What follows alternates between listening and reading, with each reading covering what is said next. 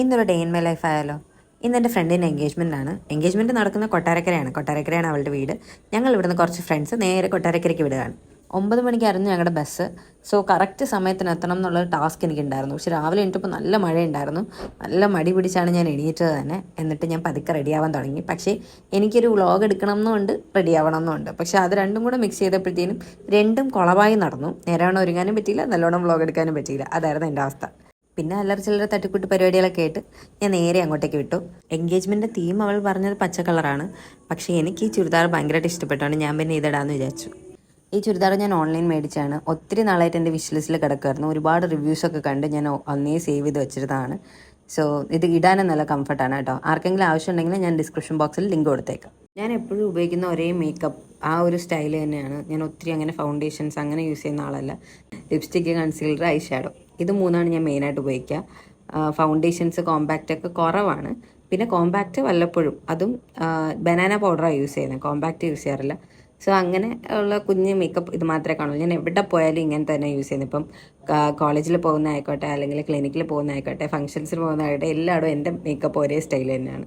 വല്ലപ്പോഴൊക്കെ ഞാൻ ചേഞ്ച് വരുത്തുന്നത് കണ്ണെഴുതുന്നതിലും ലിപ്സ്റ്റിക് ഇടുന്നതിലുമാണ്. സോ ലിപ്സ്റ്റിക്ക് ഞാൻ ഇങ്ങനെ എപ്പോഴും ബ്ലെൻഡ് ചെയ്തിടുക, ഒരേ ടൈപ്പ് തന്നെ ഇടത്തില്ല, എല്ലാം കൂടെ മിക്സ് ചെയ്തിടും. പിന്നെ കണ്ണെഴുതുന്നത് ഞാൻ ഒക്കേഷൻസിൽ മാത്രം താഴെ വരയ്ക്കുള്ളൂ, എപ്പോഴും താഴെ വരയ്ക്കത്തില്ല. ഇതൊക്കെയാണ് ഞാൻ ആകെ കൊണ്ടുവരുന്ന എൻ്റെ മേക്കപ്പിലെ ചേഞ്ചസ് എന്ന് പറയുന്നത്. അങ്ങനെ ഭയങ്കരമായിട്ട് മേക്കപ്പ് അങ്ങനെ ചെയ്യാറില്ല. പിന്നെ ഞാൻ ഈയിടെയായിട്ട് ആകെ ചെയ്യുന്നൊരു സംഭവം എന്ന് പറയുന്നത് സ്കിൻ കെയർ ആണ്. അത് ഞാൻ ചെയ്യാറുണ്ട്. അത് ഞാൻ ക്ലിയർ ആയിട്ടൊരു വീഡിയോ ചെയ്യാം. കാരണം സ്കിൻ കെയർ ചെയ്തപ്പോൾ എൻ്റെ സ്കിന്നിലുണ്ടായ മാറ്റങ്ങൾ അത് ഭയങ്കരമാണ്. ഞാൻ സത്യം പറയാം, ടു ബി ഓണസ്റ്റ്, ഞാൻ വിചാരിച്ചിട്ടേ ഇല്ല ഒരു സ്കിൻ കെയർ ബ്രാൻഡും. ഞാൻ ഒരുപാട് റിവ്യൂസൊക്കെ മുമ്പ് കാണുമായിരുന്നു. അപ്പം ഒന്ന് വാങ്ങിക്കുമ്പോഴേ എൻ്റെ ഫേസിൽ ഷൂട്ട് ആവത്തില്ല. ബിക്കോസ് എൻ്റെ ഫേസ് എന്ന് പറയുന്നത് ഭയങ്കര സെൻസിറ്റീവാണ്.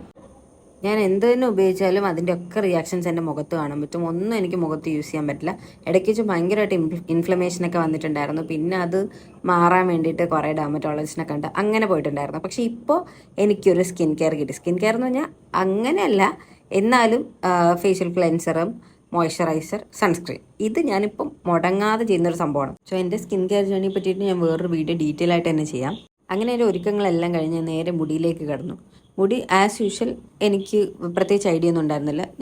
എനിക്ക് അപ്പം തോന്നിയ ഒരു ഐഡിയയിൽ ഞാൻ മുടി കെട്ടി. പക്ഷേ അപ്പോഴേ ആലോചിച്ച് ഞാൻ ഓൾറെഡി മുടി സ്ട്രെയിറ്റ് ചെയ്യാൻ വേണ്ടി വെച്ചിരിക്കുകയായിരുന്നു. പക്ഷേ സമയമില്ലാത്തതുകൊണ്ട് എനിക്ക് അതിനൊന്നും പറ്റിയില്ല. പിന്നെ ഞാൻ ആകെ ഫ്രണ്ടിലിടാനുള്ള മങ്കി മാത്രം ഒന്ന് സ്ട്രെയിറ്റ് ചെയ്യാൻ വേണ്ടി ശ്രമിച്ചു. പക്ഷെ അത് നിവരാനുള്ളൊരു ടൈമും ഒരു സമാധാനവും എൻ്റെ വെപ്രാളമൊന്നും കാരണം എനിക്ക് അതും നേരാവണ്ണം നടന്നിട്ടില്ല. ഞാൻ ഉള്ളത് വെച്ചൊന്ന് ഒപ്പിച്ചെടുത്തു.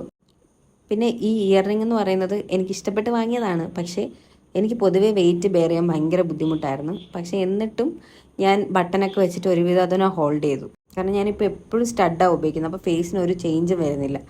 അപ്പം ഭയങ്കര സട്ടിലായിട്ടുള്ള കോസ്റ്റ്യൂം കൂടെ ആയതുകൊണ്ട് ഞാൻ വിചാരിച്ചു ഇയർ റിംഗെങ്കിലും കുറച്ച് കിടക്കട്ടെ എന്നും പറഞ്ഞാണ് ഞാൻ അത് തന്നെ എടുത്തത്. അങ്ങനെ എൻ്റെ ഒരുക്കൊക്കെ കഴിഞ്ഞ് നേരെ പുറത്തേക്ക് വന്നു. ആദ്യം എൻ്റെ ലുക്ക് എങ്ങനെ ഉണ്ടെന്ന് അറിയാൻ വേണ്ടി ഞാൻ തന്നെ നോക്കി. പിന്നെ അത് കഴിഞ്ഞ് അനിയനെ വിട്ട് 2 വീഡിയോ എടുപ്പിക്കാൻ വേണ്ടി ശ്രമിച്ചു.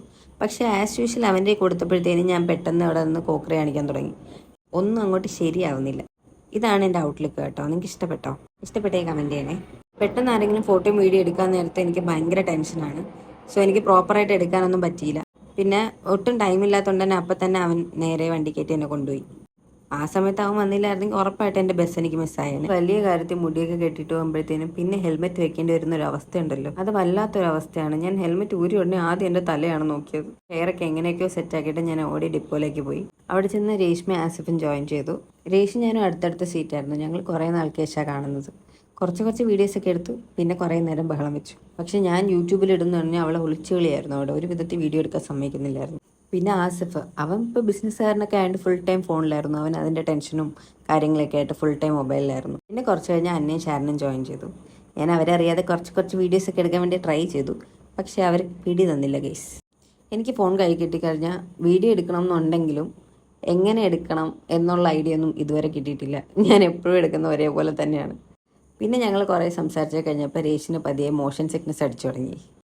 അവൾ കുറേ നേരം എന്നോട് മിണ്ടാതിരിക്കാൻ പറഞ്ഞു. അങ്ങനെ ഞാനൊരു 10 മിനിറ്റ് സമയം കൊടുത്തിട്ട് റെസ്റ്റ് എടുക്കാൻ പറഞ്ഞു. ആ സമയത്ത് ഞാൻ അവളെ തോണ്ടി വിളിച്ചിട്ട് എൻ്റെ ഒരു വീഡിയോ എടുത്തു തരുമെന്ന് പറഞ്ഞ് കുറച്ച് വീഡിയോ എടുപ്പിച്ചു. എനിക്ക് എപ്പോൾ ഇങ്ങനെ പോയാലും ഹെഡ്സെറ്റും വെച്ചിരിക്കുമ്പോൾ ആകെ തന്നെ സോങ്ങാണ് ഓർമ്മ വരുന്നത്. സോ ഞാൻ അത് തന്നെ അങ്ങനെ പ്രിറ്റൻഡ് ചെയ്ത് ഒരു വീഡിയോ എടുക്കാനുള്ള ശ്രമം നടത്തി. പക്ഷെ അതും ചീറ്റിപ്പോയി. അവസാനം ഞങ്ങൾ കല്യാണ പെണ്ണിൻ്റെ അടുത്തെത്തി ഗൈസ്. ഭാരതി അബേ ക്രിസ്ത്യൻ ഹിന്ദു കപ്പിളാണ്. സോ ഞങ്ങൾ ഭയങ്കര എക്സൈറ്റഡ് ആയിരുന്നു. ആ ഒരു വെഡിങ് അല്ല, ആക്ച്വലി എൻഗേജ്മെൻ്റ് ആണ്. എനിക്ക് എപ്പോഴും വെഡിങ്ങിന്നേ വരുള്ളൂ. ഒരു മിനി വെഡിങ് സെറ്റപ്പ് തന്നെ ആയിരുന്നു അത്.